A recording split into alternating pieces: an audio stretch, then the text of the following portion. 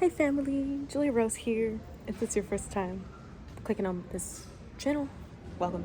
Happy to have you. If you're returning, I'm happy to have you also. I'm a psychic medium, energy healer, Reiki master, herbalist, and a few other things that aren't totally relevant here on this channel yet. So I just wanted to come bring you the last check-in for the elementals. The other video was getting quite long, and I wanted to put this in a separate one because I have a feeling that it's going to resonate differently. So, just finished and am now uploading the elemental check-in, fire, air, earth, water, and this will be ether, space. Let me get some messages, please. Please click that subscribe button, the like button, comment below if any of this resonates with you. I always go through and read them, and I'm curious to see how they're resonating with you, what stands out to you, anything to take away. And if they resonate with you also, please do share this, because sharing the messages means that more people get the guidance that they're looking for. You may not even know they need. So I'm just feeling like with this, everything's feeling upside down, because I just noticed I've been sitting here shuffling this how long, and I've been staring at the world card, but also shuffling upside down. Right side up, right side down.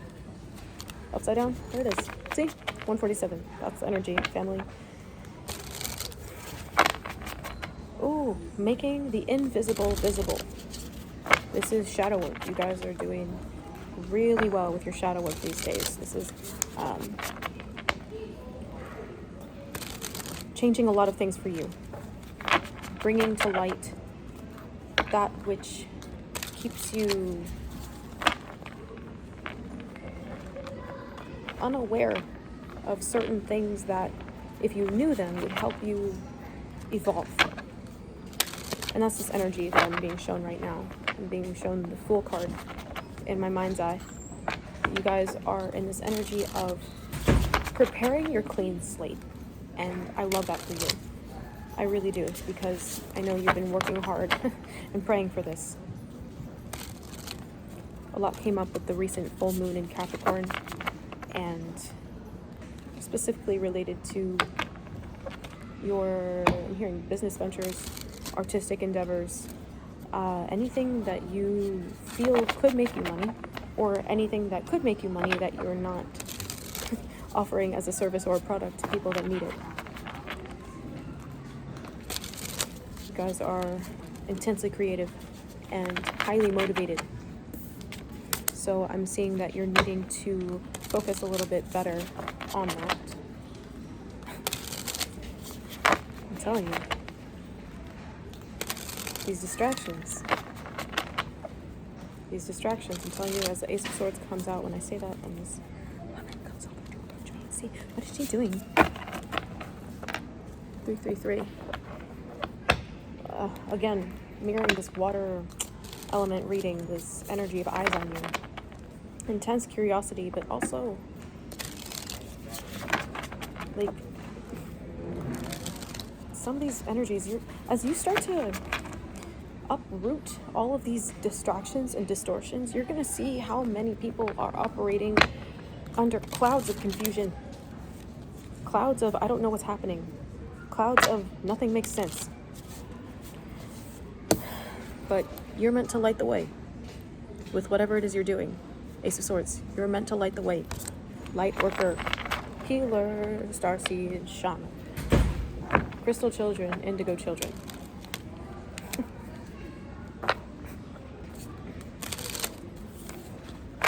I'm hearing specifically, there might be a lot of y'all in Gen Z watching this video. You've been crying and praying for a new world because in this one, we can't afford to even breathe. Because the air is expensive. Somehow, if they could buy and bottle air to sell it and upcharge it, they would. And they have.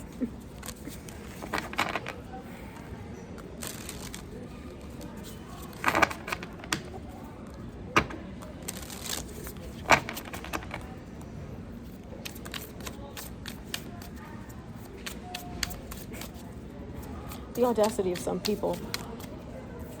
And people might be thinking that about you. The audacity. The audacity. Who do you think you are? And you're like, what? I can't. Excuse me? Do you see how distorted you are? And no, family, they can't see it. You can. That's why you've been given the vision. Because they can't see and they haven't done the work to see.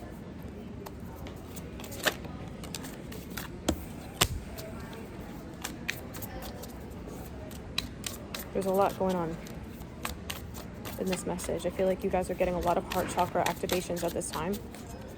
So you could be feeling like heart, like pains out of nowhere, or just feels like some side is like, just. Usually when I feel heart chakra activations come on, they start as like this pressure cooker of like condensing the energy around my heart chakra, and then it goes whoosh. Ready for a quantum shift?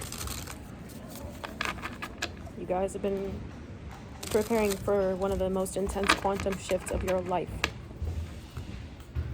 Yeah, loud confirmation.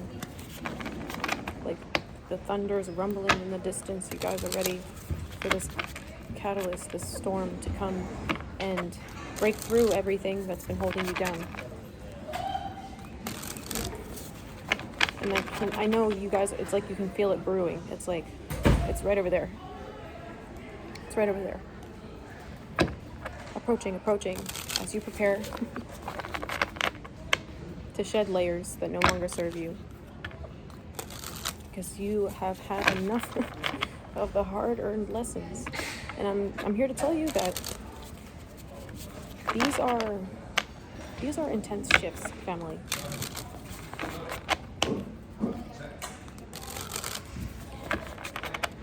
And I can hear you mean, you're like, what does she mean? Shifts. What does she mean?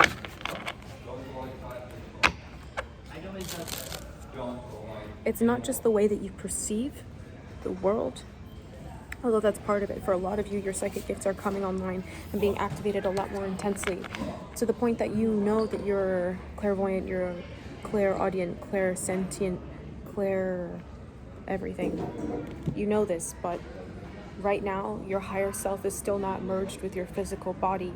And so your sensing is happening like it's somewhere apart from you. Like you can feel things, but you can't see them. Or you can hear things, but you can't feel them. Or you can see things, but you can't hear them. This energy of your 5D senses not fully merged yet into your physical form. Because it's a very different experience to have your psychic gifts be activated in the 5D and not yet online in your physical form, because that's literally overlaying the 5D reality onto the 3D eyes, the 3D senses, merging your 5-dimensional senses. I'm seeing orbs everywhere. Merging your 5th dimensional senses into your 3D physical form takes immense discipline and immense practice. That's why a lot of you guys who are clairvoyant, you'll be seeing things, but you can't really see them. It's more like you get a flash of an image, or you can feel like there's an energy over there somewhere doing something, but you can't quite see it. It's more like you have to open the door to take a peek in and then close it again. And for those of you who've been wondering why your psychic gifts aren't coming online yet, it's because you would be way too activated and too intensely overwhelmed by everything that you're seeing. And I know a lot of you have been wanting to do third eye opening meditations, all these things, but ultimately none of that is going to work if God and your guides are saying with your higher self that it's not time yet.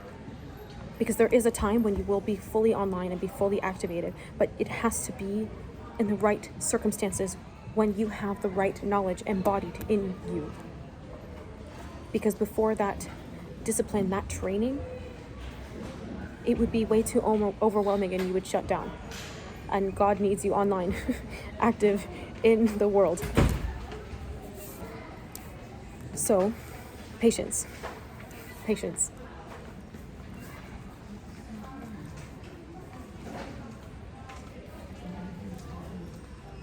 Who's asking that?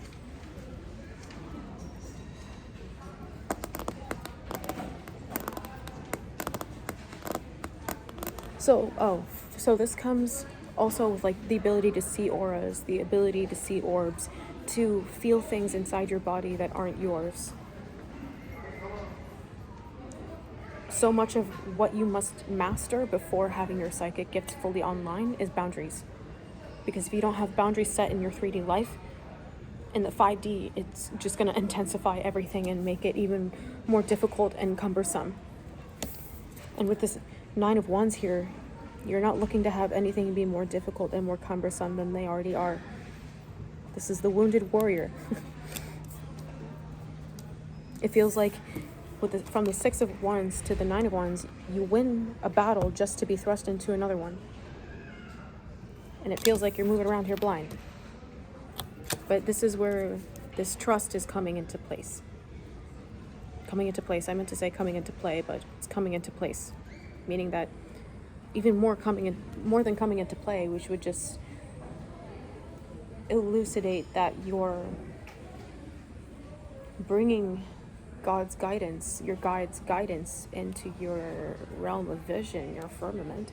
Even more than that, it's coming into place, which means that you're fully accepting and solidifying your relationship and surrender to God. Surrender to the divine. With the Lovers here. This is a dance of surrender, a dance of knowledge, of allowing God to guide you, allowing your guides to assist you in everything that you've set out to do, everything that you are here by contract to do. 5D contract. I'm talking about when you went to God and you were like, okay, it's time for me to incarnate again. Okay, so what lessons are we signing up for this time? Which people are we going to have me interact with to learn some of these lessons? What background actors am I gonna pick so that I can see and feel the contrast between the things in my life? These are all contracts, in addition to what it is your mission actually is. For some of you, it's to be a healer. For some of you, it's to be a teacher, a creator, a writer, a business person, a farmer.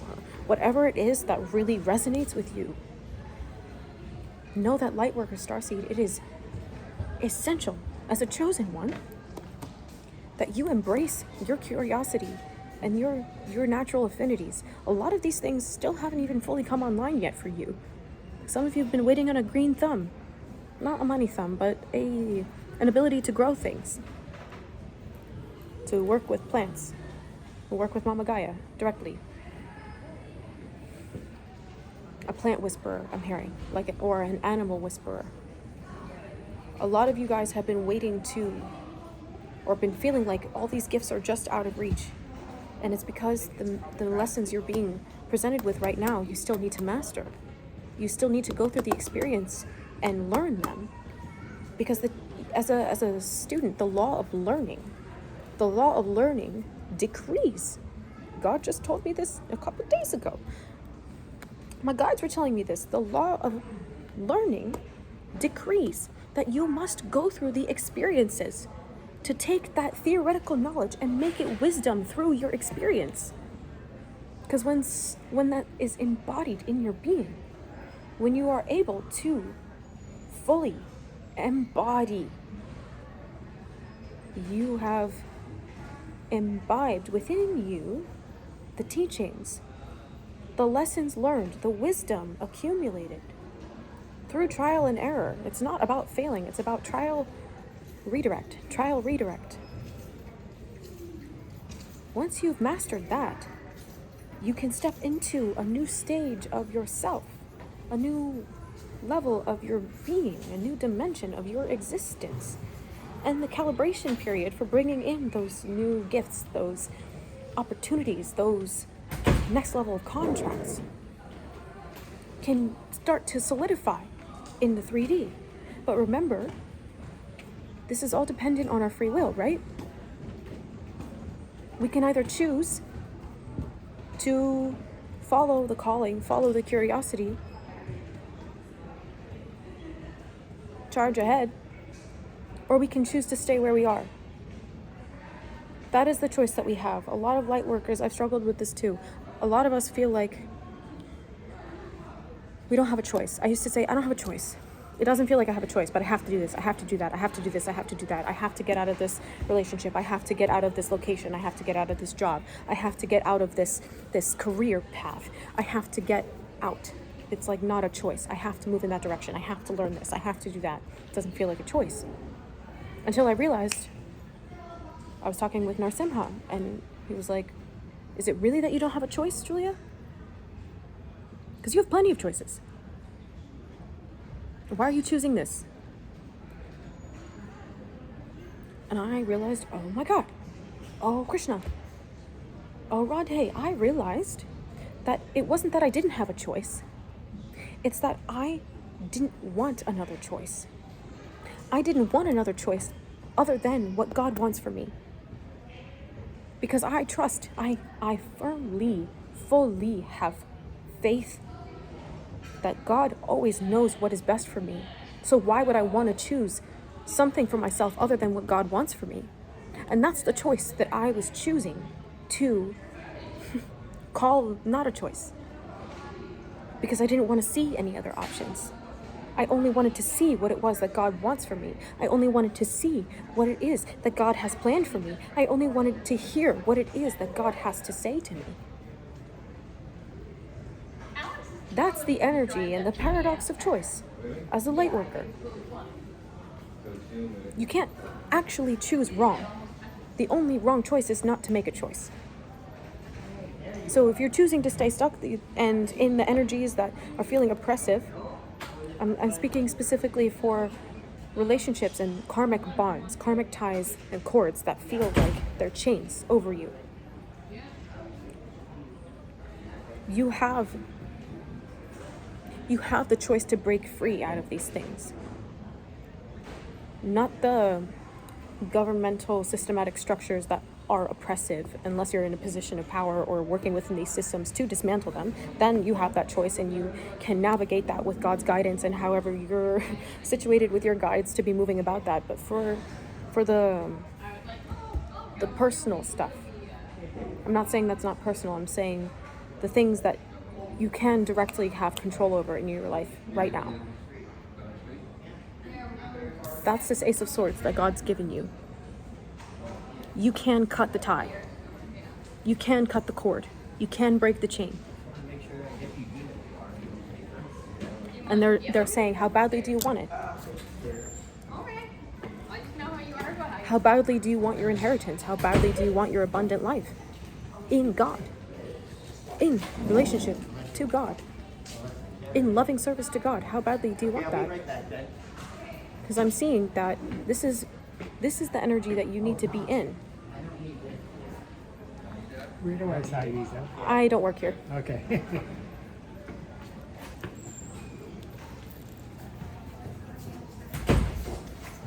And this is just because I picked a table that looked important, you guys. Because I wanted to stand to give you these messages. I'm not wearing a sign. I'm not wearing a tag that says, this is my name. I work here. I just look like someone who knows something. And that's the energy you guys are in. You just look like someone who knows something. And that's why all these people are like, I can't let them get away. I can't let them break free.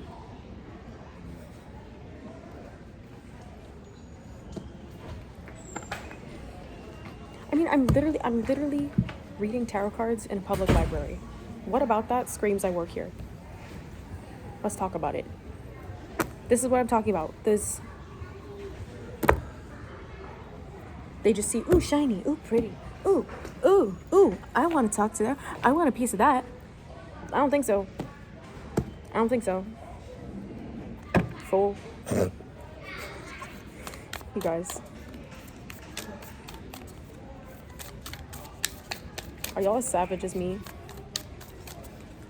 I think you are. I think some of you are more savage than me. Which is saying a lot. And go off. And I'm proud of you. Embrace it. That's too many.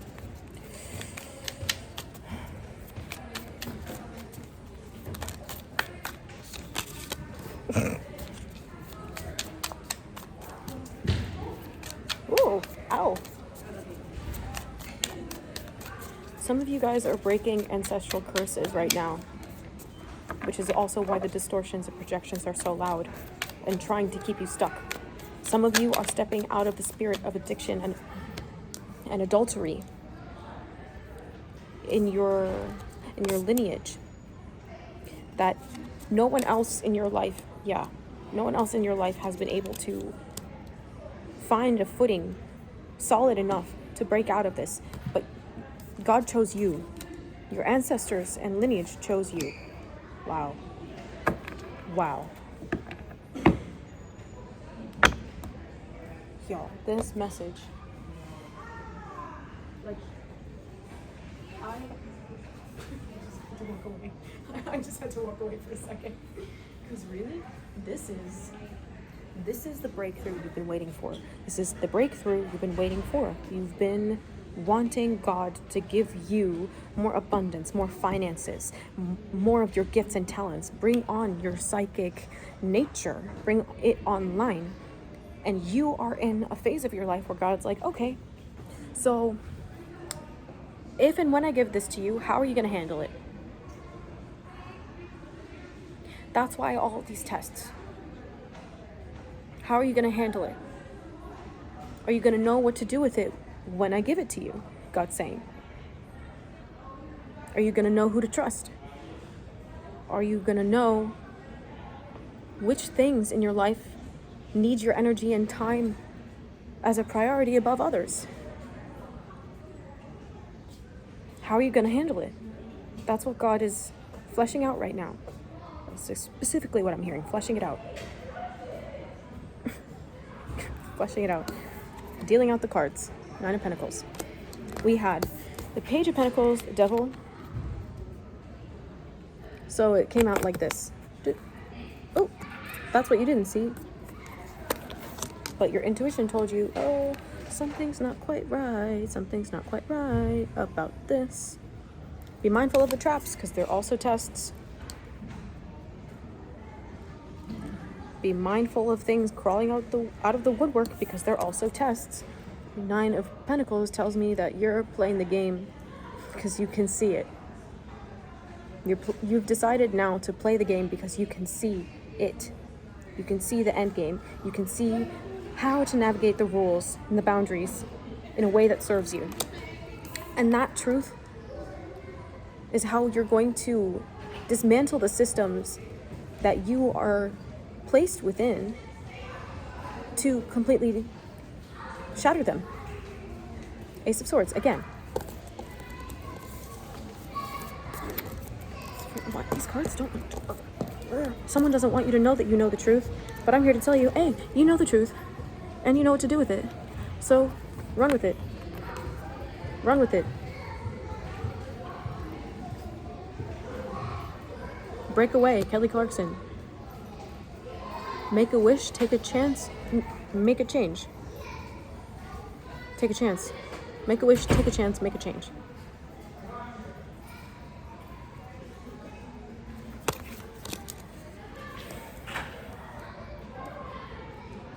Because this energy is going to help you move up and out.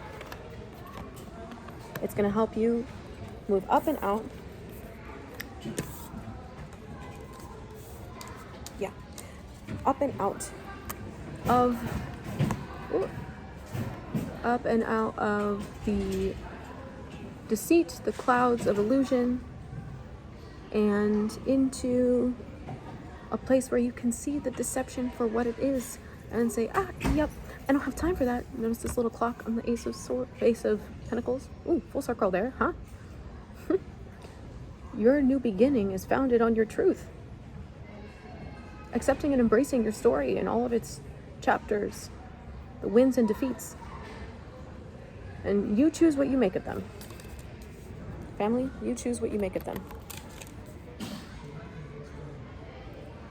God's not playing, your guides aren't playing anymore. You choose what you make of them.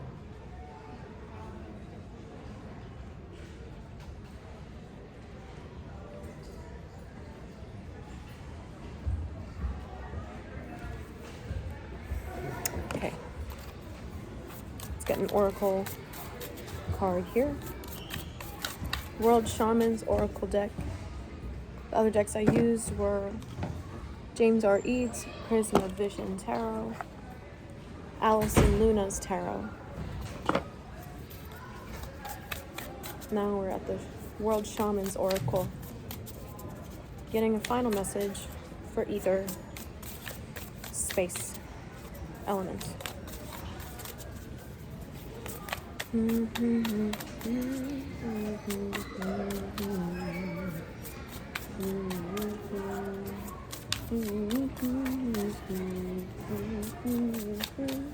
Know that you're protected, family. More protected than you know.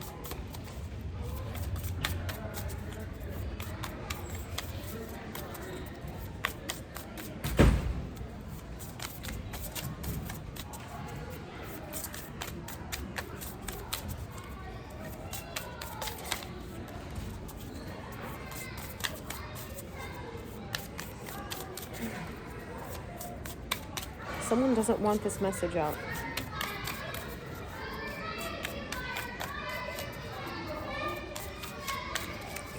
Mother, Father, God, please illuminate your word, your guidance through the World Shaman's Oracle at this time. What is the last message for ether? Okay, thank you.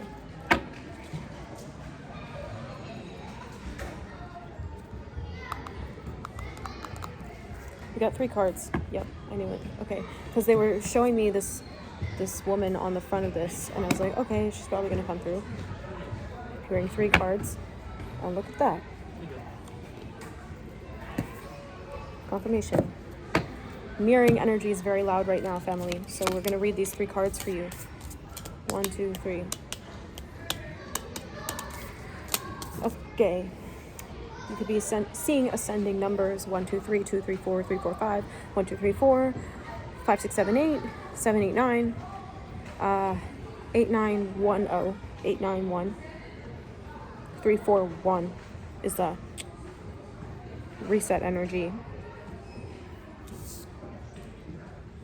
Sarandrael. Please help me. Forgive me and help me. Okay, yes. Did I not just say mirroring energy is so loud? The number in this book for Sarandrael is the 33. It's confirmation. Lessons learned and mastered through mastering God's law of mirroring. Sarandrael, keyword, belonging. Sarandrael Odijan was an American shaman of Mongolian descent who returned to her homeland as a result of her answering her shamanic calling, but this says she's a Mongolian descendant who returned to her homeland as an adult to answer her shamanic calling. So again, I'll reiterate here that there is no time line for your life and how it should work. There's no timeline on how you think it should work. There's only God's plan for you and what you choose to do with your free will. You can start over at any point. You can start something new at any point. It's just up to you. It's up to you. Sarandrael was one of the greatest exponents of Tengrism, a shamanistic and animistic religion practiced in Central Asia that believes everything exists by the will of a supreme being, Tengri, the sky god. She spread shamanic teachings by writing books in English and holding courses and events in Western countries. In one of her books, she wrote, "Although the idea that one must come from a certain family background in order to become a shaman is a myth, nevertheless, each shaman, no matter his nationality or her nationality, has been chosen by the spirits from birth." I'm going to say that again because that's confirmation for a lot of you here who have been feeling like you won't fit into, I'm hearing, ritualistic conventions of what God has asked you to do. But when God is the one that appointed you to a particular service and a particular mission, how can anyone deny that? How could any system deny that? She wrote in one of her books, I'll say it again, although the idea that one must come from a certain family background in order to become a shaman is a myth, nevertheless, each shaman, no matter his or her nationality, has been chosen by the spirits from birth. That is, anyone can become a shaman under specific conditions that transcend origin and cultural tradition. In her words, being chosen by the spirits means developing from early childhood a particular connection to a place and its strength, recognizing that there are many entities and people around us who do not necessarily have human or animal traits. Above all, the shamanic vocation is awakening to a sense of deep belonging that does not end with the place of origin or with the rules and habits of the society in which we grow up. I have to read the whole thing again because holy Hannah, you guys need this activation as much as I do. Okay. That said, anyone can become a shaman under specific conditions that transcend origin and cultural tradition. By her words, by being chosen by the spirits, that means you're developing from an early childhood, whether that's an early childhood.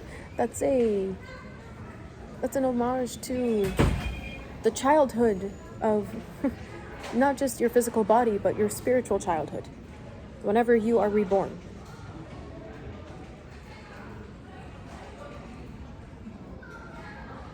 From wherever you are reborn, from that childhood, you are building a particular connection to a place and its strength, recognizing that there are many entities and people around us who do not necessarily have human or animal traits. Reptilians. Didn't say anything. Above all, the shamanic vocation is awakening to a sense of deep belonging that does not end with the place of origin of your spiritual birth or your human birth, or with the rules and habits of the society in which we grow up, that which you grew up in physically or spiritually. When we encounter Saint Jarrell in the oracle, we must ask ourselves to whom or what we belong. Which places and people do we desire? Toward which do we tend to return? Belonging is being in things, building your home in the heart, where God within you lives, next to your soul. Belonging is being in things, building your home in the heart, and knowing that distant countries and cultures can coexist in our dream. Shamans are stewards of peace. This is what she's telling me right now. Shamans are stewards of peace on earth. And you, Lightworker, Starseed, Chosen One, are chosen to steward peace on earth. Through every step you take, every move you make, every breath you breathe. Okay? They're telling me to read it one more time. When we encounter Saint Jarrell in the oracle, we must ask ourselves to whom or what we belong, and which places and people do we desire?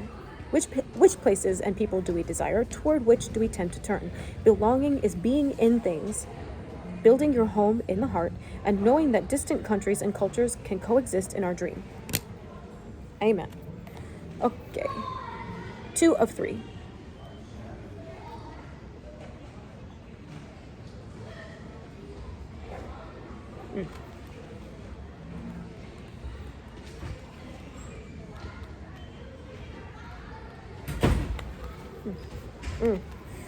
Wow, that is such a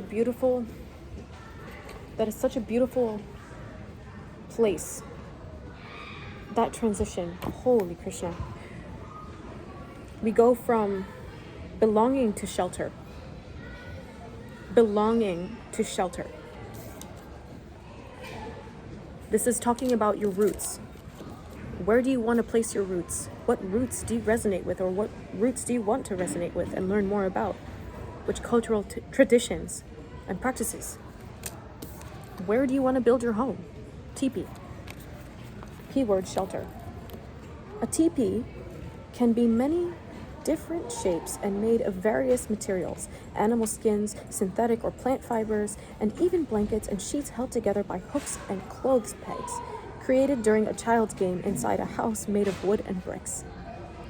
A teepee is a portable home, small or large, able to accommodate entire families of nomads, explorers, solitary travelers in search of ancient lands and starry nights, and quiet campers who create a temporary community. Its circular pyramid structure is set firmly in the ground and extends toward the sky. It can be a home or a place to perform rituals of purification and introspection. Introspection. Was Saranjal just not talking about the home within the heart that we build? Krishna. Its thin walls both separate and unite the outside world with its sounds and mysteries that intensify as night falls, and we are either lulled or altered by the multiple presences out there. We are small. We protect ourselves. We create our own place where we gather the necessary and poetic things that nourish our imagination. Ooh. Inside the teepee, someone sings, and someone else weaves an endless tale. The teepee evokes the journey and home. It's the house we've been building throughout our existence, with walls made of tangible and invisible elements of stone and dreams. Stone and dreams.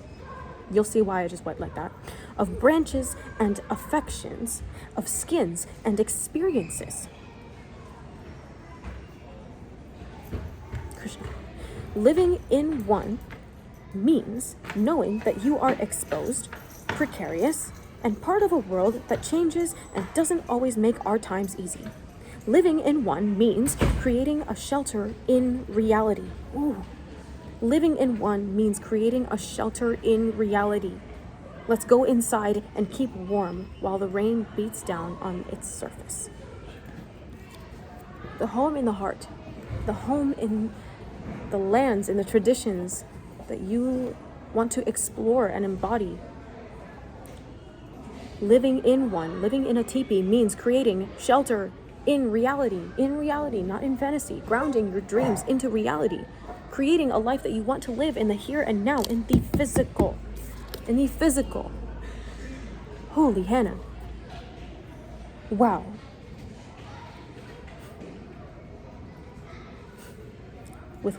It's the house we've been building throughout our existence, with walls made of tangible and invisible elements of stone and dreams, of branches and affections, of skins and experiences. And I just started screaming because the last card that they wanted us to read was hallowed stone. Hallowed stone. Harry Potter fans out here, hold stone. Oh, and the mirroring isn't just one, it's not just two, it is 1, 2, 3. The power of 3. Third time's the charm, family. Third time's the charm. It's cliche and it's real every single time. If it doesn't happen the first time, it's not going to happen the second because it's meant to happen the third. Okay? Hold stone. Hallowed stone. Hallowed ground. Your teepee, your shelter within your heart and within the reality, with the shelter within the reality you're creating, is hallowed ground. Your body is hallowed ground. Your body, your physical form, is your shelter in reality. So working and living through your physical form to create, to connect, to love, to serve, to give and receive, to learn is the epitome of what it means to be a bridge between worlds, a bridge between communities. And as a chosen, as a light worker, as a starseed, this is your mission. Whatever you're called to do in the moment you're called to do it. To live through your body. Hold stone.